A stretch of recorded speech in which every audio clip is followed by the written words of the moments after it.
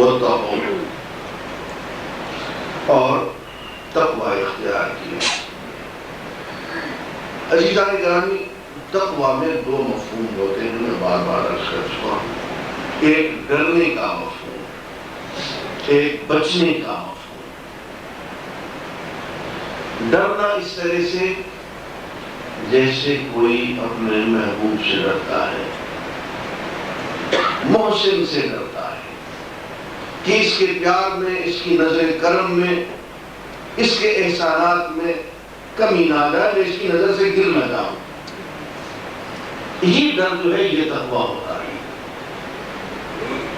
اور اس ڈر کے نتیجے میں انسان بچتا ہے، ہر اس چیز سے بچتا ہے جس سے کہ اس کو یہ خیال ہو کہ یہ میرے جدائی کا باعث نہ بن جائے، میں اس کی وجہ سے اس کی نظر میں گر نہ جاؤں۔ حضرت ابی بن کعب رضی اللہ تعالیٰ عنہ سے امیر المومنین حضرت عمر فاروق نے پوچھا کہ تقوی کی تعریف کریں، تو حضرت ابی بن کعب نے فرمایا کہ امیر المومنین، آپ کبھی ایسے راستے پہ گئے ہیں جنگل ہو اور اس میں جھاڑیاں ہی جھاڑیاں، کانٹے ہی کانٹے ہوں؟ ہاں۔ مگر کیسے سفر کیا؟ فرمایا جھاڑیوں سے بچتے ہوئے، اپنے کپڑوں اور دامن کو لپیٹتے ہوئے کہ کانٹوں میں الجھ نہ جائے، بچتے بچاتے وہاں سے۔ میں یہی تقویٰ ہے کہ ان تمام باتوں سے جن کی وجہ سے ہم محبوب کی نظر سے گر جائیں، ان تمام کانٹوں سے بچتے بچاتے، دامن سمیٹتے گزرتے نکلنا، یہ تقویٰ ہے۔ ایسے لوگوں کے لیے ایسے عظیم الذین قال لهم الناس ان الناس قد جمعوا لكم فاخشوهم، یہ وہ لوگ ہوتے ہیں کہ جب ان سے لوگوں نے کہا کہ بھائی تمہارے مقابلے میں تو بہت بڑا لشکر جمع ہو گیا ہے، اسے خیال کرنا چاہیے، ڈرنا چاہیے۔ ہوا یوں کہ غزوہ احد میں جب قریش واپس جانے لگے مکہ، تو ابو سفیان نے اونچی یہ اعلان کیا کہ آئندہ سال اسی دن میں بدر میں تمہارے انتظار کروں گا اور وہاں تمہاری خبر لوں گا۔ اب آئندہ سال ابو سفیان اس قابل تو نہیں تھا کہ آتا،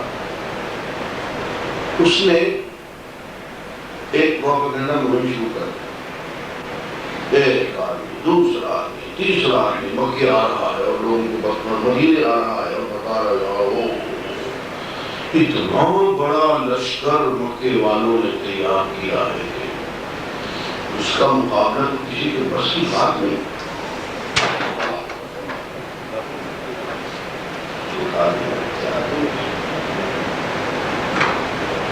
بیوی سے دیکھ نہ لگے،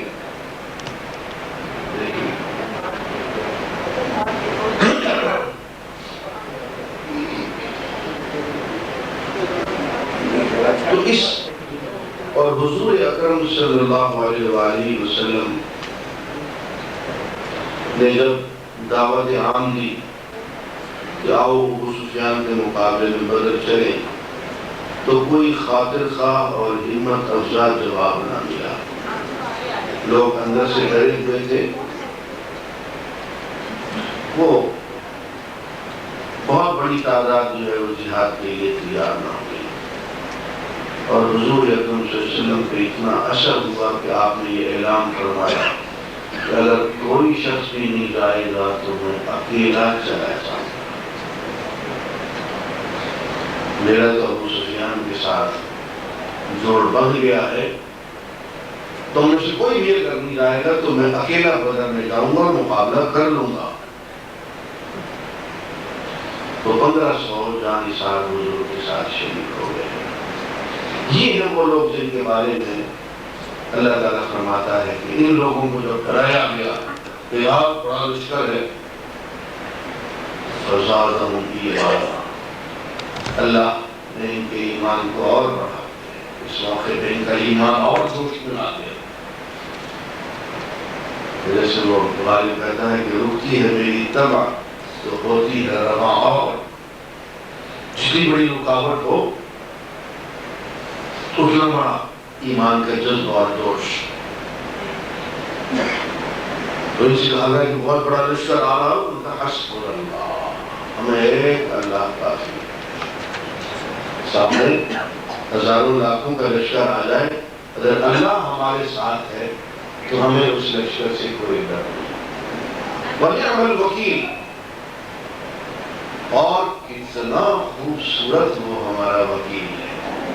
وکیل کون ہوتا ہے کہ آپ اپنا مقدمہ اس کے حوالے کر کے مطمئن ہو جاتے ہیں کہ یہ مقدمہ ہمیں جتوا دے گا۔ وہ جس کے ذمہ آپ کوئی کام سپرد کر دیتے ہیں اور آپ یہ یقین کر لیتے ہیں کہ ہمیں یہ کام کر کے یہ دے دے گا،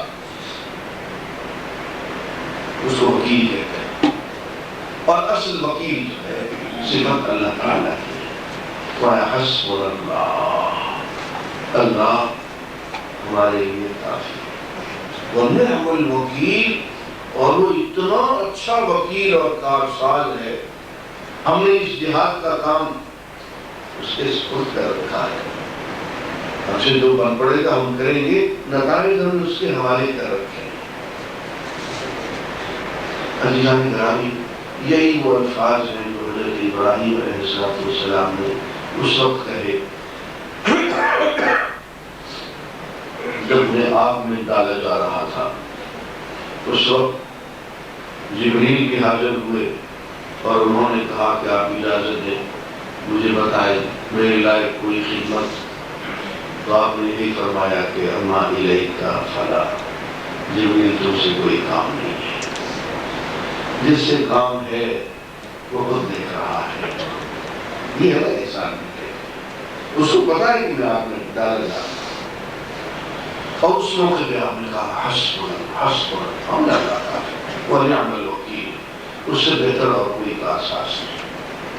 اور اسی طرح غزوہ بدر کے میدان میں بھی جاتے ہوئے صحابہ نے یہی جملہ کہا حسبنا اللہ ونعم الوکیل، اللہ ہمیں کافی ہے اور وہ بہترین کارساز ہے۔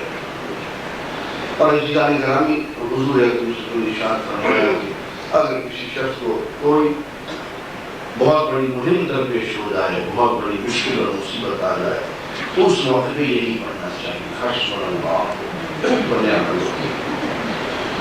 فانقلبوا بنعمة من الله وفضل لم يمسسهم سوء واتبعوا رضوان الله والله ذو الفضل العظيم۔ تو پھر ایسا ہوا کہ یہ گئے اور جب لوٹے تو اللہ کی نعمتیں لے کے لوٹے، اللہ کا فضل سمیٹتے ہوئے، اور انہیں کوئی تکلیف نہیں پہنچی، اور انہوں نے اللہ کی رضا کا راستہ اختیار کر لیا۔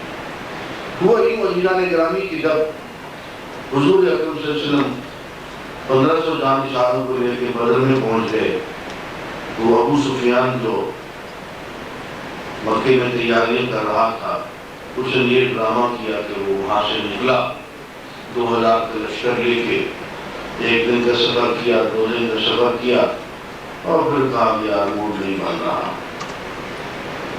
پھر آئندہ کبھی لڑیں گے، اور انہیں سے واپس ہو گیا۔ حضور اکرم صلی اللہ علیہ وسلم 8 دن تک بدر کے موقع پہ ابو سفیان کا انتظار کرتے رہے، اور وہ نہیں آیا۔ قریش کا لشکر وہیں سے 2-3 دن کی منزل طے کر کے واپس ہی بھاگ گیا۔ اس کا نتیجہ یہ ہوا کہ قبائل عرب پہ اللہ نے مسلمانوں کا ایک رعب بٹھا دیا، اور پھر اس موقع پہ کسی نے راستے میں تجارت کرنے کا بھی موقع ملا، اس میں اور فرماتے ہیں سب سے بڑی بات تو یہ ہے کہ اللہ کی رضا کا راستہ جو ہے، رضوان، وہ ان کو حاصل ہوا۔